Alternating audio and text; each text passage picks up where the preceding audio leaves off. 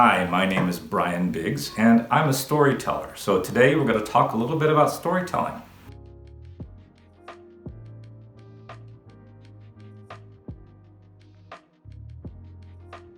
The storytelling that I do is picture books, like The Spacewalk. This came out in October of 2019. I wrote the story and I drew the pictures. So I want to kind of break down how a book like this is made. Every writer and illustrator has maybe a different way of creating a story. This is the way I've done it. It might be very different from the way other writers do it, but I think there's a lot of similarities as well. So usually I have 5 steps. So let me describe those steps to you. So the first thing that I have to have is an idea. The idea could be something very simple, like I'm going to write a book about a trip to the zoo or a bus ride that I took. It might be an idea that's based just on a picture. You want to draw pictures of Martians. Or it might be a lesson that you want to teach, like being kind or how to fly.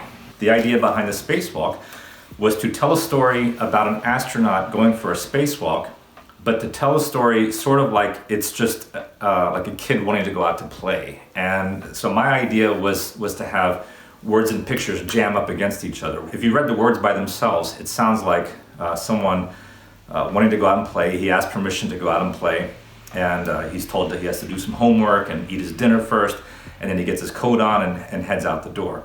Where the pictures show an astronaut in space. And so it's taking something that seems normal when you read it, but makes it much grander and bigger. And that was my idea. So step 2 of my process is to kind of create what I call an outline. So an outline is sort of taking the idea and dividing it into steps. In my case, an astronaut is bored. His name is Randolph in the book. Randolph is bored and he wants to take a walk. So 2, he asks permission. Well, who does he ask permission of? His parents or of ground control? Yeah, it's kind of the same thing when you're an astronaut. 3, he has to do a few things before he can go out to play. 4, he's got to get his coat on, be back before dinner, and then 5, he actually heads out the door and goes out onto a spacewalk. So that's sort of the way an outline is created. You're sort of just dividing up your story into what happens at the beginning, what happens in the middle, and what happens at the end of the story. Step 3 is called a scene. What I'm thinking about was what each scene feels or maybe looks like. So we start off with Randolph in his space capsule, and I'm thinking about what it looks like. He's surrounded by buttons and knobs and wires and screens like a spaceship would have. And then the scenes where he's out in space, it's got planets and moons and that sort of thing. So I'm kind of just thinking of these ideas, and I create little sketches, just quick little scenes of how these scenes look. The 4th step in my process is to sketch the whole thing. So a sketch is sort of like a practice drawing. It doesn't have to be perfect. It doesn't even have to be very good. And usually a sketch is not really going to be seen by anybody but me. So it's just kind of a rough idea of what this looks like. And then the last part of my process is the finished artwork. And somewhere in there, the story is being written as well. So the writing of the story takes place over the whole thing. Like with the spacewalk, I was changing words up until even after the illustrations were finished. Just little bits here and there, and sometimes it would mean I had to change an illustration as well, but not very often.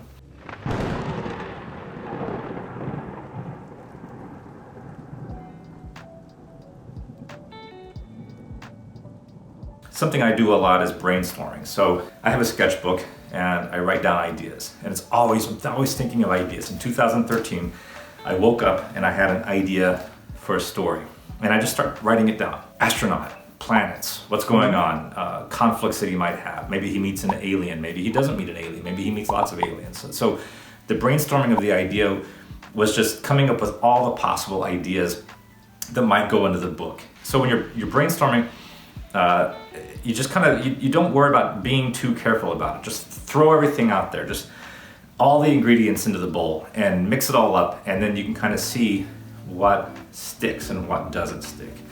Picking your favorite parts out and making those into your final story.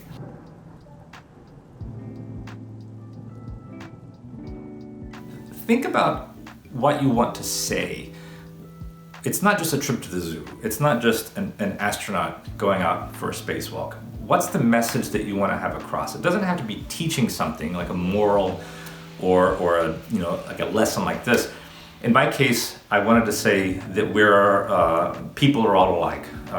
We have a lot of differences, and maybe we don't speak each other's language all the time, but in the end, we have a lot of things in common. So my astronaut meets an alien. They don't know how to communicate to each other, but they find something they have in common, and that's what sort of brings them together, and they become friends at the end of the story. So it's sort of having something to say, and that's what allows you to pick the ideas that you like and leave behind the ideas that you don't like.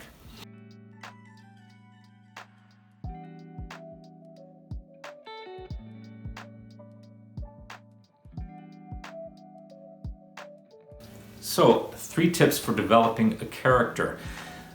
Remember that it's not a documentary. You can make up a lot of things. So, even if you don't know an astronaut, you can make up your own astronaut. It doesn't have to be exactly like a real NASA astronaut. If you're describing a teacher, you don't have to describe the exact teacher that's standing in front of the classroom.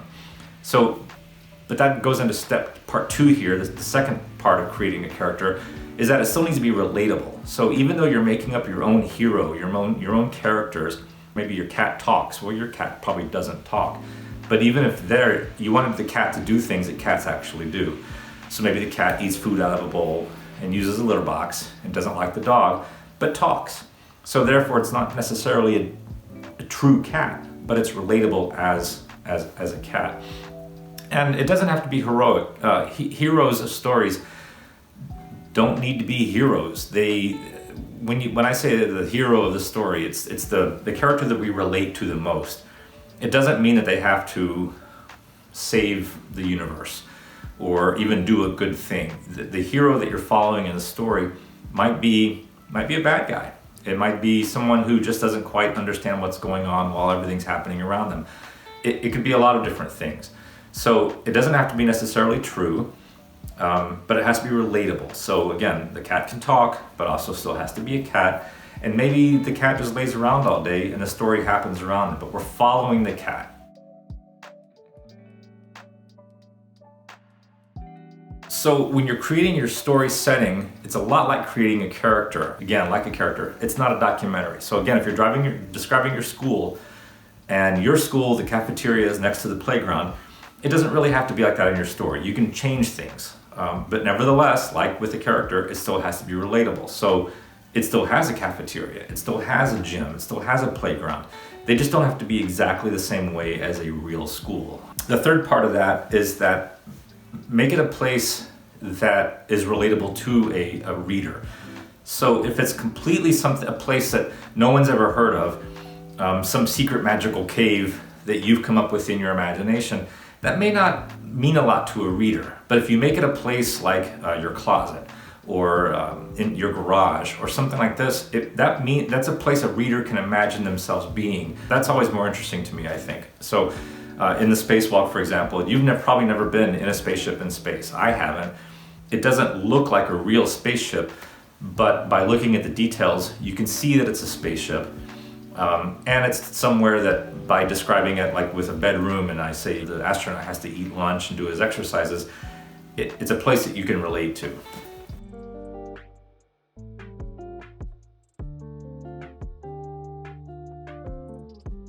So you're thinking of 3 parts. You're thinking what happens at the beginning, what happens at the middle, and what happens at the end. Next time you watch a movie or read a book, think about where these 3 parts take place. So usually the beginning would be you're introducing your character, you're introducing your locations, and you're sort of introducing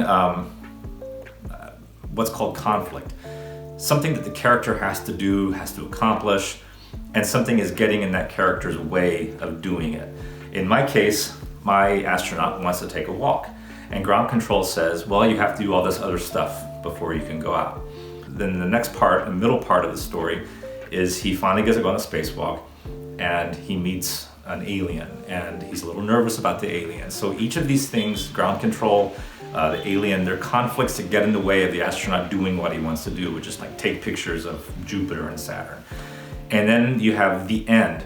So the end is the last part where He's accomplished what he wants to accomplish, and the astronaut comes back to his space capsule and then goes to sleep at the end of the book. Almost every story has those three parts, and that's really important for you to think about when you're creating your illustrated story.